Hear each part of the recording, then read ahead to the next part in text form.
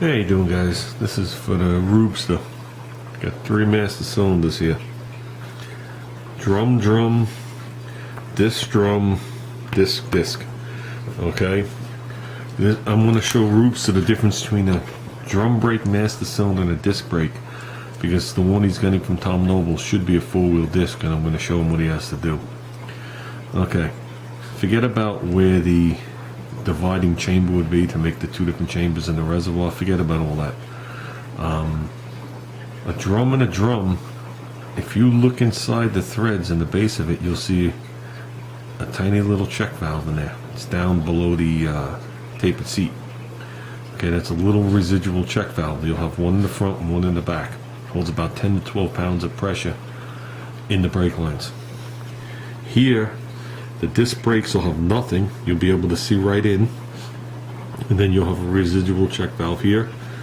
This one you'll have nothing and nothing. Okay, so this is the setup you have. That's the setup you're getting. Okay, they put the residual check valve in there for your wheel cylinder in the back, right, which has its seals. I'm doing this through the viewfinder, and your 2 little tabby things sticking out for your brakes. Okay, it holds 10 to 12 pounds of pressure in here, which keeps the seals out and these things tight against the shoes. So when you hit the brakes, it doesn't have to inflate the seals and take up the distance. On a disc brake setup, you have your piston, inside your bore, then you have a square cut O-ring. Okay, when you apply the brakes and the piston comes out, and you release it, the square cut O-ring actually pulls the piston back in. Only talking about that distance. Okay, if you put that residual check valve in here, it'll hold it against the rotors and the brakes will drag. Pretty simple. So if yours is coming with no residual check valve, which it probably is, Willwood makes a residual check valve. I think other people do. If I remember right, it's just shaped like this. One line comes in here, one line goes out there, and it'll give you a direction of which way it is, because if you put it in backwards, obviously it won't hold the pressure. And you could put it in anywhere after the master cylinder to the rear brakes. So if you're going to come out of, this is the one you're using right here, so if you're going to come out of here to your proportioning valve, right, and I think he said it came in the top, and then it came out the bottom. Anywhere you could put it, but since you already have those braided lines, anywhere between here and the rear brakes, you just screw that one valve in there. Okay, so when you put pressure on with the brakes, it's going to put pressure on. It could be up to like 1,800 pounds of pressure. Then when you release it, it's going to let all the pressure come back in. All the fluid's going to come back in, go in through the compensation port, refill in the reservoir. Okay, but it's going to hold, from this point on, it's going to hold about 10 12 psi, which, like I said, is going to keep the pistons out, or the cup seals out, and keep these things seated against your brake shoes. So if you do it without that, these will collapse. Not that the collapse is going to leak all over the place, but it'll collapse. Then when you hit the brakes, you're going to have a low pedal. Okay, because you're going to have to compensate for it. So, and the 12 pounds of pressure is not enough pressure. You don't even notice it's there to override the springs that actually hold the shoes back. So your spring coming across over in your car would be like this, and one like this, and one like this. So then you would have the star wheel on your car. I think it's on the bottom. Right, don't you have your star wheel down over here? And then a spring going across. So, like I said, there's a good chance it's not going to have that residual check valve. We can look it up. It's not a big deal. You're going to have to do some brake lines anyway. He did show you that there's 2 outputs for the front brakes, and that's exactly the way I would run it. I would just run new brakes, new lines, hard lines from here to one wheel, down the other one, and to the other wheel, and call it done.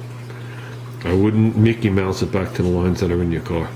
At this point, you have the perfect opportunity to replace 40-year-old brake lines, and I would do it. They actually probably make the kit for your car, I'm sure they do, rather than sit there and do it. They make them in regular and stainless steel. I don't think for your application that you have to spend the money on the stainless steel. Just so you know, Reuben, brake fluid, one of the characteristics of brake fluid is to absorb moisture. That's what it's designed to do. Some people think that's a problem, but that's actually what it's designed to do. It's supposed to absorb moisture to keep stuff from corroding, but in time it becomes saturated, just like a desiccant bag, and you're supposed to change your brake fluid. Most people don't, and the lines rot out. So regular lines, I always use regular lines. Some people use the stainless. You could polish them up, make them look nice, or they'll always look the way they look if you're going to put them in through the elements. But truthfully, for a regularly driven car like you're going to drive that car, there's no reason for you to spend the money on them. And that's it. So I'm sure we're talking a lot about this, Reuben, and I don't know how far we're into this, but you're going to have your arm inside the car. You're going to have your pivot for your arm. Your arm's going to come down. It usually comes on an angle like this. I'm drawing this through the viewfinder, so I don't know. And then down over here is your pad. Okay? And you're going to have two holes. Okay? It's all called mechanical advantage, from where your foot is to here to where these two holes are. Obviously, when you move this thing, say 2 inches, this one's going to move further than that one. So the one that moves less has more mechanical advantage. This is for your manual brakes. This is for your power brakes. That's why your manual brakes, the pedal sits higher up. When you're all done, your pedal's going to sit lower. It's usually level with the gas pedal. On a manual brake car, it sits higher. Okay, because they're allowing for more travel to compensate for the fact that you're going to move this pedal further and get less travel here. On a power brake car, you get less travel because the mechanical advantage is different. So the pedal actually sits lower to the ground. So I think that's the most challenging thing when I get in the Concorde, is the fact that this pedal sits a couple inches higher than every other car. And I have a tendency to drive it with my left foot. And yes, I do have a power brake setup in there, but someday we'll put it in. Well, that's it, guys. Like I said, tomorrow we'll be back outside. We'll be working on the wagon. We'll get the we'll get those two fenders undercoated on the backside, and that's it. We'll move on.